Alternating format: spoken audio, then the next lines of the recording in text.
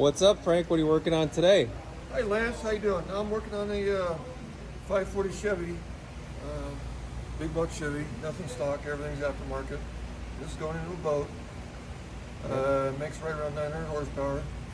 It's basically just a freshen up, clean up, new bearings, new rings. He's having a oil consumption problem, so we checked it, has that, make sure they're good, put new seals on it. And we're going back together. Those are the heads for it right there, those trick clothes. Nice. All right, I'll check back.